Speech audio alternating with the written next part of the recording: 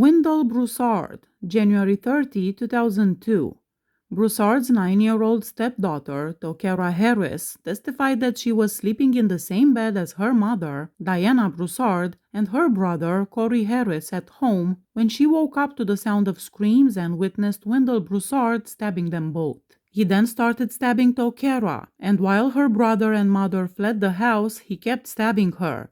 Corey and Diana were discovered dead in the front yard.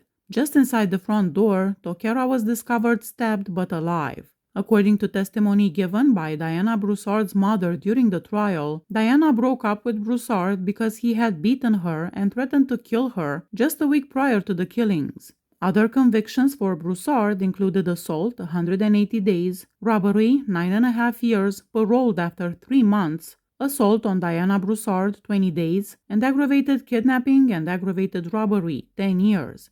At the time of the murders, Brousard was on parole. His final meal was smothered chicken and rice, pinto beans with salt pork, corn, homemade rolls, and pecan pie. His last words were, "I just want everybody to know this here is a tragedy. What happened to Diana, Corey, and what is happening to me is a tragedy. Here I am, Lord, I have come to do your will." Randall Wayne Halfdoll, also known as Jack Douglas Cone, January 31, 2002. Still wearing his uniform, 42-year-old police officer James Mitchell Jr. was driving home after his shift. Mitchell watched as Halfdoll's vehicle swerved around his truck and went off the road. He stopped to look into it. He urged Halfdoll to stop when he noticed him fleeing. Mitchell followed the man through the yard with his revolver drawn until he was halted by a barred gate. Then Halfdoll turned and fired 4 shots from his 9mm semi-automatic pistol, killing Mitchell. Mitchell did not attempt to shoot back. That same night, Halfdoll turned himself in. His last meal was a chef salad with ranch dressing, double meat cheeseburger, French fries, ketchup, and a chocolate shake. His last words were, "All I want to say, I love you. Approximately 28 years ago, I remember looking down at a bassinet. I saw an angel. I am looking at her right now. I love you, Colleen. Let's get going. The road goes on forever and the party never ends. Let's rock and roll. Let's go, Warden. Me and you, all of us. Remember Wet Willie. Keep on smiling. Keep smiling. I love you. It's on the way. I can feel it. It's okay, baby. We have a party to go to." Monty Allen Delk, February 28, 2002. In response to a newspaper ad offering Gene Olin Allen Chevrolet Camaro for sale, Monty Allen Delk called Allen and his wife Sheila on November 28, 1986. Delk, who lost his car in a poker game and had just been evicted, arranged for a test drive. In Crockett, Texas, he told Mr. Allen to take the Camaro to a grocery store parking lot next to the rooming house where Delk had been residing. Allen was shot above and behind his left ear, and his body was discovered in a ditch next to a secluded road later that day. He had been robbed. 3 days later, Delk was taken into custody while driving Allen's Camaro, carrying a gun. Delk had a copy of the newspaper ad advertising the Camaro for sale and a picture of Allen's wife in his wallet. One of the most infamous death row convicts, Monty Delk, took showers without taking off his clothes or using soap, and his personal foul smell was so unpleasant that he had to be kept apart from the other prisoners. Trying to claim insanity, he often stated he was 129 years old and other things that were not true. He refused to have a special final meal. His last words were, "I am the warden. Get your warden off this gurney and shut up. You are not in America. This is the island of Barbados. People will see you doing this." Maybe he was a little out of his mind after all. Gerald Wayne Tigner, March 7, 2002. While out on bail for a different murder indictment, Tigner was driving with pals on August 31, 1993, when they spotted Michael Watkins and James Williams driving a car.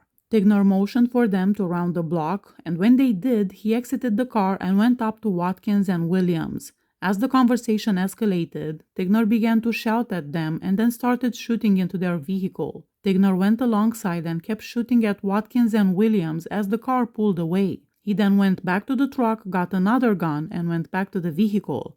Watkins had fallen out of the car and was trying to crawl away when Tigner stopped by him on the way back to the vehicle. Tigner shot him in the head while standing on him.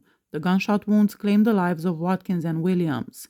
Williams was shot 7 times, including 4 times in the head, while Watkins was shot 10 times, including twice in the head. 2 witnesses recognized Tigner as the shooter of William and Watkins, and he confessed to the killings. The murders were defined by the prosecution as a robbery attempt involving drugs.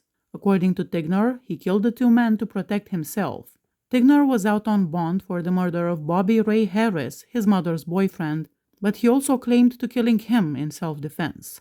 His final meal was fried chicken, French fries and ketchup, 2 cheeseburgers, bag of potato chips, apple cobbler, white cake with white icing, pitcher of lemonade, and a pitcher of Sprite. His last words were, "I got convicted on a false confession because I never admitted to it, but my lawyer did not put this out to the jury. I did not kill those drug dealers." Jose Santelan Sr., April 10, 2002. In the afternoon of August 22, 1993, Santelan was visiting a nearby hospital in Fredericksburg, Gillespie County, Texas.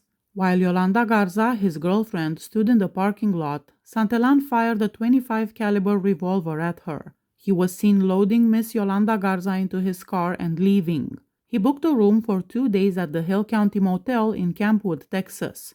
On August 24, 1993, just after midnight, police officers arrived and discovered Santelan inside the motel room, together with the victim's body. In addition to taking an unspecified quantity of medications found in the victim's purse, Santelan had consumed a 12-pack of beer. His last meal was 12 pieces of fried chicken, mashed potatoes with brown gravy, 2 rolls with butter, 2 Pepsi, 1 pint of strawberry ice cream, and 1 pint of vanilla ice cream.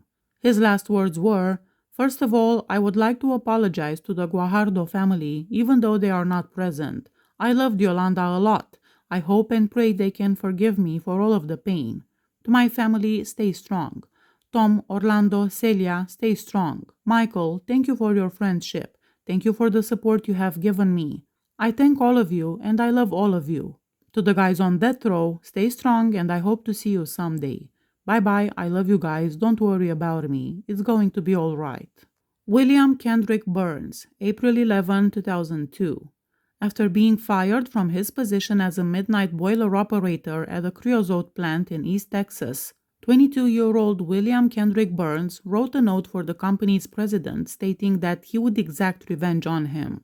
2 months later, he killed 18-year-old high school student Johnny Lynn Hamlet, who was reportedly working the same late-shift job Burns had been fired from when he went to the facility at night with his brother Victor and Denny Ray Harris.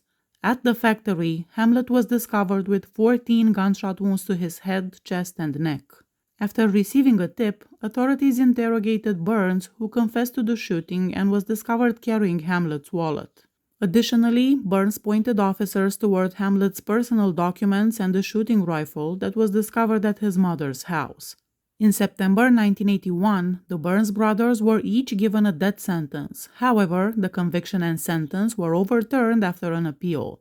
William Burns was found guilty once more in July 1986 and given the death penalty, but this verdict was also reversed on appeal. On August 25, 1989, William Burns was found guilty and given his 3rd and final death sentence. Brother Victor was found guilty and given a life sentence without the possibility of parole. At the time of the crime, both brothers were out on bail for prosecution for a murder and kidnapping. Harris's charges were ultimately dropped. Burns refused the final special meal. His last words were, "I just want to tell my mom that I am sorry I caused her so much pain. I really hate that, and I'm just hoping they can be okay." Please hit that subscribe button if you like my channel. See you next time. Bye bye.